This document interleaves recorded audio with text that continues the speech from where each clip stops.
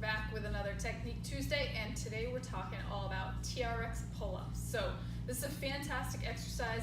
There's a couple different ways to do it, so what I want to do today is just give you a few things that you really want to focus on and kind of what you should feel on this movement, because it's a little bit different. So the first thing that the way I describe this is, imagine if you were doing a pull-up or a chin-up up on the bar. You would never lean back, right? So sometimes a common thing on the TRX pull-up is to lean back, because we want to turn it a little bit into a TRX row. That's a familiar exercise, and this one can get really tough. So that's the number one thing before I even show it, is we never want to lean back. So what we're going to do is you literally put your butt on the floor, okay?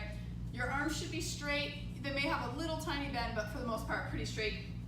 Feet right out in the front, and then what I want to do is I want to imagine I'm up on that pull-up bar, and I want to drive my elbows down to my rib cage and come straight up to those rings. Now, the reason to have your feet out like this is it allows you to do a little bit of work with your legs, which initially you're going to need to do.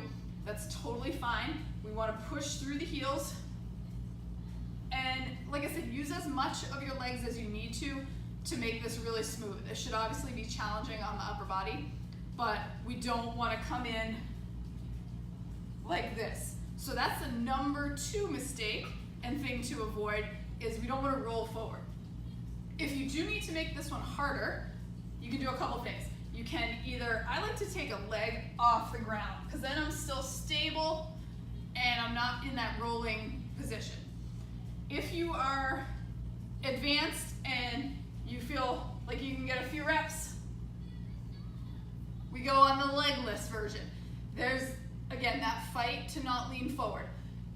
I like to turn the rings a little bit as I come up into the movement, but that's just a preference. That's a good thing with the rings, is you can kind of move them just to where it feels good for your shoulders. So just to recap on the TRX pull-up, we want to avoid leaning back.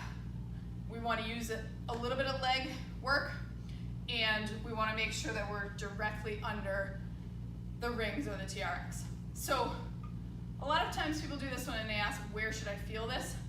You should feel it in your arms for sure, and your shoulders, but the primary movement is right here, the upper back. So you want to always imagine you're drawing your shoulder blades down and back.